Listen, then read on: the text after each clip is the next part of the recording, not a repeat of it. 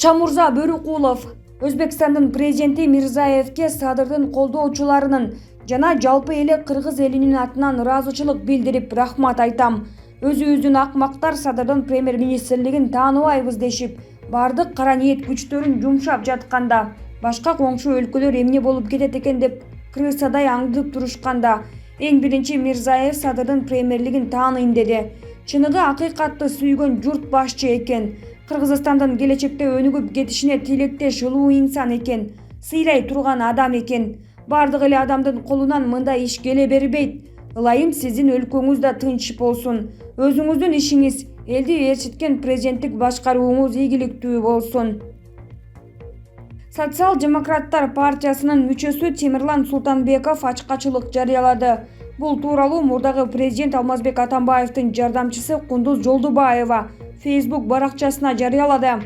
Массалык башламандыктарды уюштуруу беренеси боюнча козголгон кылмыш ишинин алкагында кармалган Темирлан Султанбеков азыр Бишкек шаардык ички иштер боюнча башкармалыгынын убактылуу кармоочу жайында.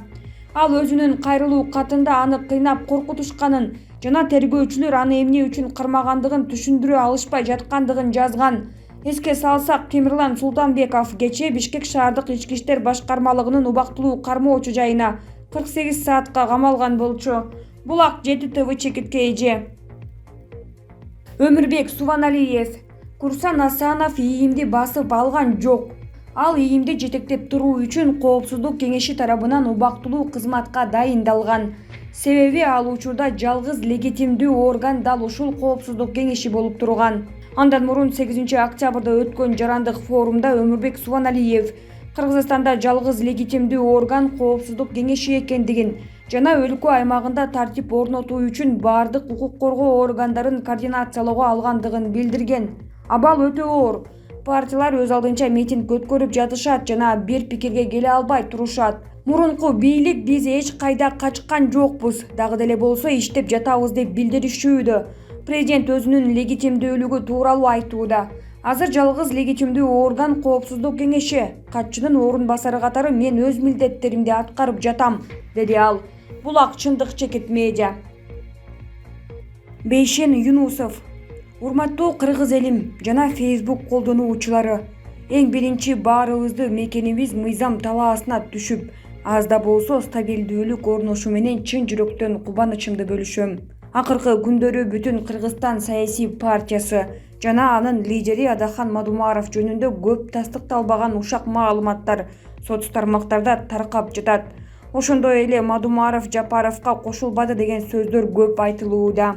Бүтүн Кыргызстан саясий партиясы жөнүндө таркатылып жаткан ушактардын баары калп. Ал эми кошулуу жана биригүү боюнча партиянын лидери Мадумаров Адахан Гимсанбаевич бүгүн же кечээ эмес, партия түзүлгөн күндөн бери эле эгерде кайсы партия же кайсы бир инсан мекен үчүн таза кызмат кылып, адал жол менен мыйзамдын чегинде мамлекетибиздин жаркын келечегине өз салымын кошкусу келсе, биздин эшик ар дайым ачык деген. Партиянын лидери Адахан Мадумаров эч качан өзүнүн жеке амбициясын элдин же мамлекеттин кызыкчылыгынан жогору коюп, мыйзам бузууга барган эмес жана барбайт дагы. Ошондой эле учурда болуп жаткан бийлик талашууга карамандай каршы экенин жана эч бир тарапты колдобой тургандыгын, баардыгы мыйзам чегинде болуш керек экендигин так жана баса белгилеп өттү. Бүтүн Кыргызстан партиясына канчалаган мыйзамсыз буттосуулар болгондо да жеке кызыкчылыгын ойлоп, колдоочуларын бийликти мыйзамсыз басып алууга эч качан үгүттөгөн эмес жана үгүттөбөйт дагы. Партиянын колдоочулары ар дайым ыймандын жолунда мыйзам чегинде иш жүргүзүп келген жана ошол ишти уланта бермекчи. Бүтүн Кыргызстан бул чыныгы элдик партия жана анын лидери Мадумаров Адахан Гимсанбаевич Кыргызстандын келечектеги президенти, иншаллах. Кыргызстанга белгилүү саясатчы Мелис Мырзакматов Кыргыз Республикасынын президенти Сооронбай Жээнбековго чукул кайрылуу жасады. Төмөндө кайрылуу толугу менен: Мен өз мекениме кайтып келген күндөн баштап күн сайын ондогон жолугушууларды өткөрүп, бардык аксакалдар, бардык топтордун жана ар кандай жарандык бирикмелердин өкүлдөрү менен жолуктум. Бардыгы тең азыркы учурда борборубуздагы окуяларга башаламандыкка, терең тынчсызданууда. Бүткүл мекендештерим Кыргызстандын бардык саясий күчтөрүнө кайрылып, жерибиздеги тынчтыкты жана бейпилдикти сактап калууга, ар кандай зомбулуктун алдын алуу үчүн кайрылуу жасоону өтүнүшүүдө. Биз өлкөбүздө мыйзамдуулукту жана тартипти сакташыбыз керек. Ошондуктан мен дагы Кыргызстандын президенти Сооронбай Шарипович Жээнбековго кайрылгым келет. Кыргызстандын көп улуттуу эли сизден, мамлекеттин тагдыры, өлкөбүздүн тынчтыгы жана тартип үчүн акылмандыкты жана жоопкерчиликти күтөт. Кыргызстанда туруктуулук камсыздалмайынча мамлекет башчысынын ыйгарым укуктарынан баш тартпашыңыз керек. Бул биздин жана бүткүл элибиздин талабы, деп президентке кайрылуу жасаган Мелис Мырзахматов. Булак Назар Ньюс чекитке эже.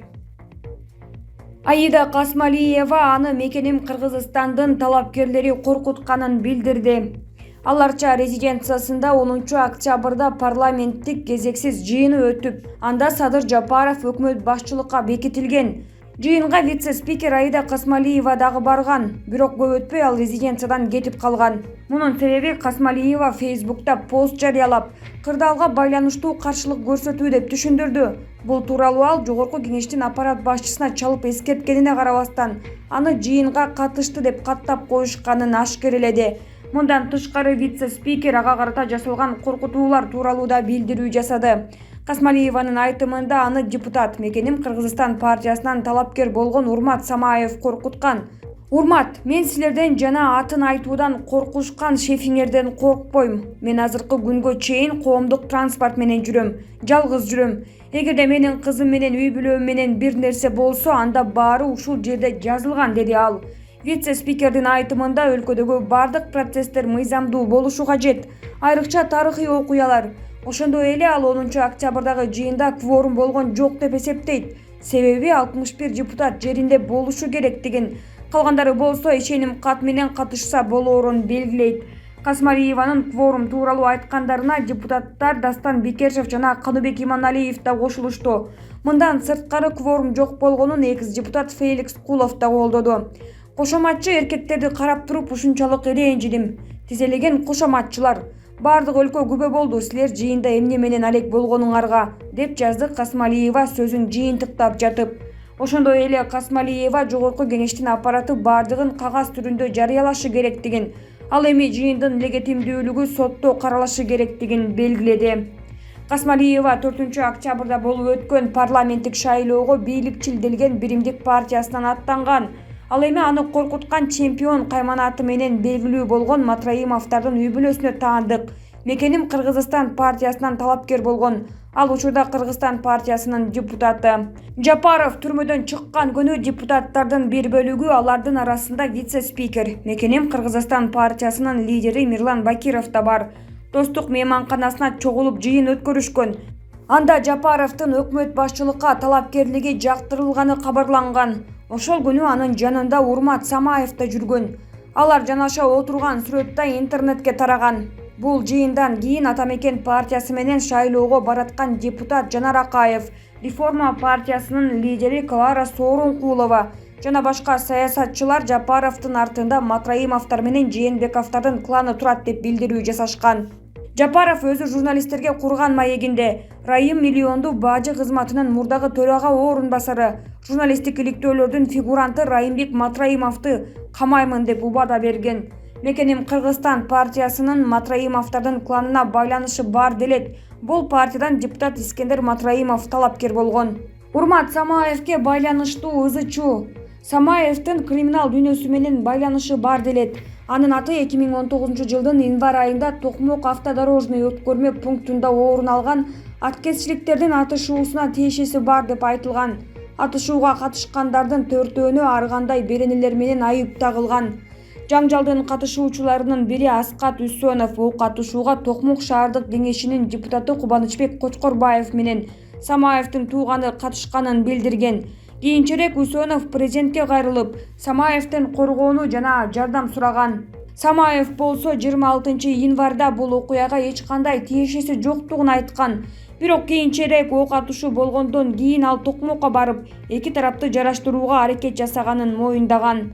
Жапаровдун ордуна башка талапкерди көрсөтүү. Буга чейин 6 октябрда депутаттардын бир бөлүгү Достук мейманканасында чукул чогулуп, спикер катары Мыктыбек Абдылдаевди шайлап, Премьер-министр катары абактан бир күн мурда тарапташтары тарабынан бошотулган Садыр Жапаровдун талапкерлигин жактырышкан болчу. Бирок оппозициялык депутаттар бул жыйынга да катышкан эмес. Ошондой эле кворум сакталып сакталбаганы боюнча көптөгөн шек саноолор айтылган. Мындан улам Жапаровдун премьер болушуна нааразы болгон депутаттар, саясатчылар жана шайлоого катышкан партиялардын талапкерлери, жарандык активисттер 9 октябрда митингге чыгышкан. Парламенттик шайлоого катышкан 4 партия 9 октябрда Республика, Ата Мекен, Бирбол жана Реформа премьер-министрликке Өмүрбек Бабановду бирдиктүү талапкер катары көрсөтүшкөн. Андан сырткары 4 партиянын лидерлери биринчи вице-премьерликке Тилек Токтогазиевдин талапкерлигин көрсөтө турганын маалымдашкан. Жогорку кеңештин вице-спикери Аида Касмалиева резиденциядагы жыйынга чейин парламенттеги көпчүлүк коалицияга премьер-министрликке Садыр Жапаровдон башка талапкерлерди сунуштоого чакырган. Ал буга чейин депутаттардын бир бөлүгү Достук мейманканасына чогулганда премьерликке Садыр Жапаровдун талапкерлигин колдогон болчу. Ал мындай чечимин ошол учурда өлкөдө тынчтык жана туруктуулук болсун жана Жапаров бийлик менен оппозициянын ортосунда көпүрө боло алат деп ишенгенин белгиледи. Бирок акыркы күндөрү болгон окуялар анын жеке адамдык сапаттарына карабастан терс тарабына өнүккөнүн айткан депутат учурда коомчулуктун жарымы анын талапкерлигин колдобой турганын ачыкка чыкканын билдирген. Мөөнөтсүз митинг 4 октябрда өткөн парламенттик шайлоонун жыйынтыгы боюнча депутаттардын көбүн президенттин иниси талапкер болгон Бийликчил Биримдик партиясы жана Матраимовдордун кланы менен байланыштуу делген. Мекеним Кыргызстан алган. Шайлоонун жыйынтыктарына жана массалык эреже бузууларга саясий партияларда, ошондой эле көптөгөн кыргызстандыктар да нааразы болуп, 5 октябрда мөөнөтсүз митингге чыгышкан. Ошол эле күнү кечинде митингчилерди кууп таркатуулар башталып, тынчтык митинги кагышууларга айланып кеткен жана анын натыйжасында ак үй басылып алынып, айрым саясатчылар бошотулган. Булак клуб, Чекит Азия.